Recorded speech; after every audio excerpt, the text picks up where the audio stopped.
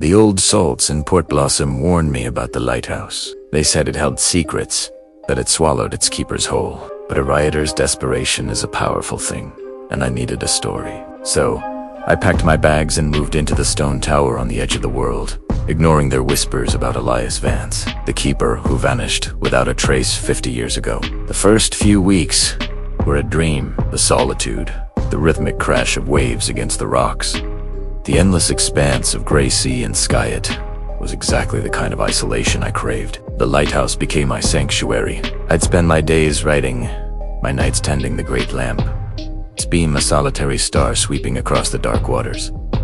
It was a peaceful, monotonous existence. At least, it was at first.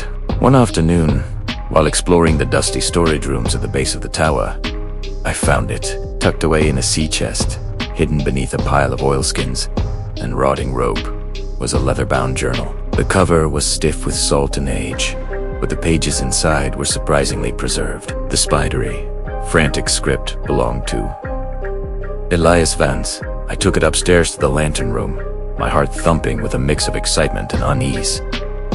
This was it, the inspiration I'd been looking for.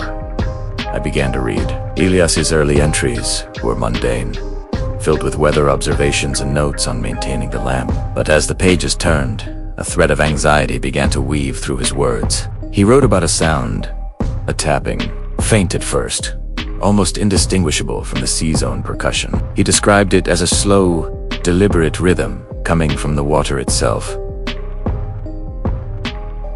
Knock, knock, knock. A pause.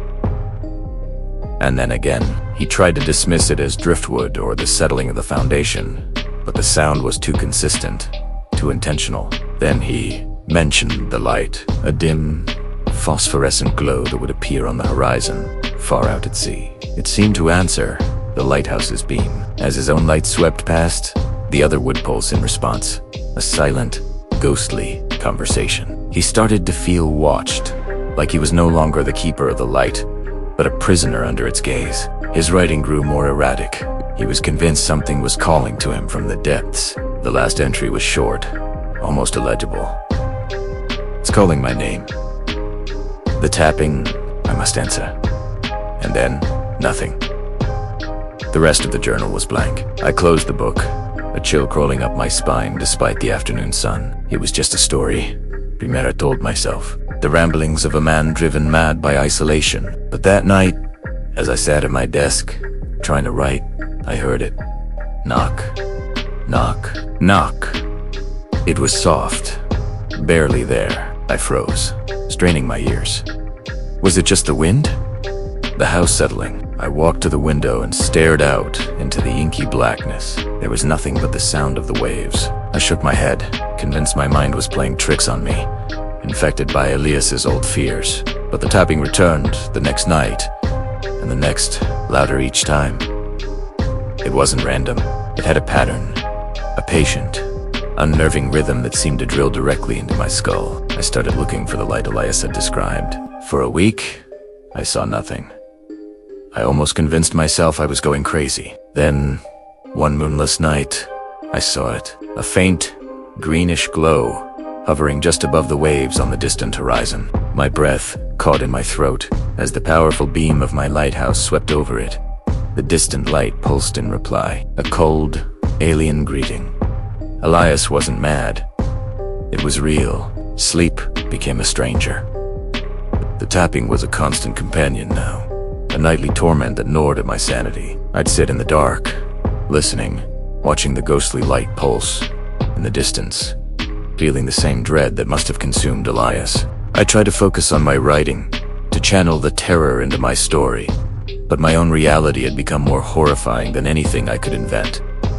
The storm hit without warning. It was a monster, a maelstrom of wind and rain that threw the sea against the lighthouse in a furious assault. The entire tower groaned and shuddered with each impact. I was in the lantern room, my hands white-knuckled on the railing, watching the giant waves crash over the rocks below. The tapping was gone, drowned out by the symphony of the storm. Suddenly, a wave of impossible size rose from the churning chaos. It slammed into the top of the tower with the force of a battering ram. The world tilted. I was thrown against the wall as the thick glass of the lantern room exploded inward. A million daggers of light and fury. The great lamp, the heart of the lighthouse, shattered. Darkness, absolute and suffocating. My ears rang. The storm raged outside, but a new sound was emerging from the chaos. The tapping was back, but it wasn't a tap anymore. It was a boom.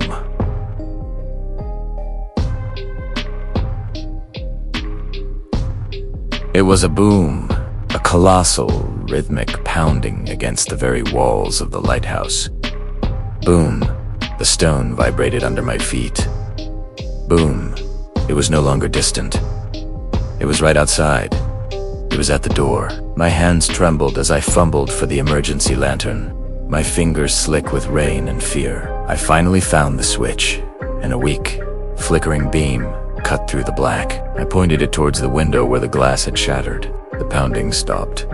Silence, save for the howling wind. And then, in the stuttering light of the lantern, a shape resolved itself in the window frame. It was massive, blocking out the stormy sky. Two huge, pale eyes, like twin moons, stared in at me from a face that was a nightmare of glistening scales and twisted, ancient features. A long, webbed hand, with claws like daggers, gripped the edge of the stone. It didn't make a sound. It just watched me. My scream was swallowed by the storm. Years have passed. The lighthouse stands repaired, its bright beacon once again cutting through the night. It has a new keeper now, a young artist seeking inspiration, drawn by the stark beauty and the whispered legends. She loves the solitude, the rhythmic crash of the waves. Today, she found an old journal tucked away in the back of a drawer.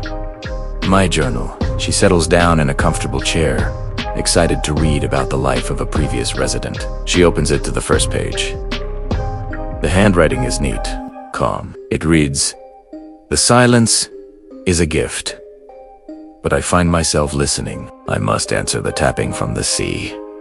She frowns, confused by the strange sentence. She looks up from the page, out the window, towards the vast, endless ocean stretching to the horizon, and from the deep, deep water, a sound travels up to her.